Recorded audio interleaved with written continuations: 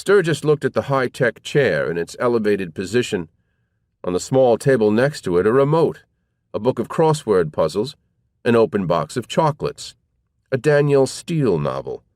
That was her whole world there, a command center, sitting in front of the television. Sturgis walked over there, found where the TV cord led to a power bar, and yanked it out.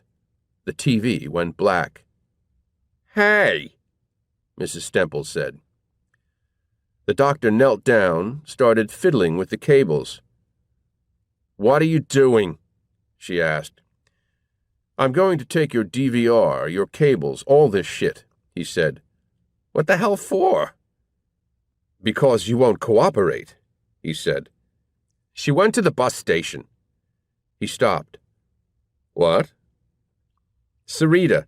She took a taxi to the bus station. She's going to New York. Now turn my TV back on." "How long ago was this?" The woman shrugged. 10 minutes? I don't know. Hook that back up." Sturgis plugged the TV back in, and the screen came to life. He stood up and said, "There you go." "Now get out," Mrs. Stemple said. "Let me help you into your chair," he said.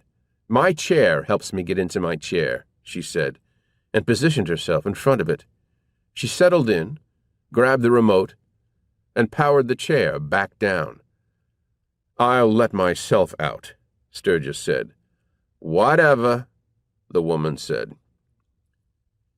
He exited the apartment, but hesitated before getting out his phone to ask Gaynor to come down the street to pick him up. He stood outside Mrs. Stemple's door, thinking. Sooner or later, after Kemper was reported missing, someone was going to come back here and interview Mrs. Stemple. And maybe she'd mention that officer who came to see her, the one who unplugged her TV. And the police would realize that someone else had been here to see her, not a cop, asking about Sarita Gomez, who, by that time, might be as hard to find as Marshal Kemper.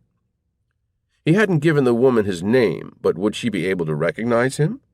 If it ever came to that, if the police put enough of this together to place him in a lineup.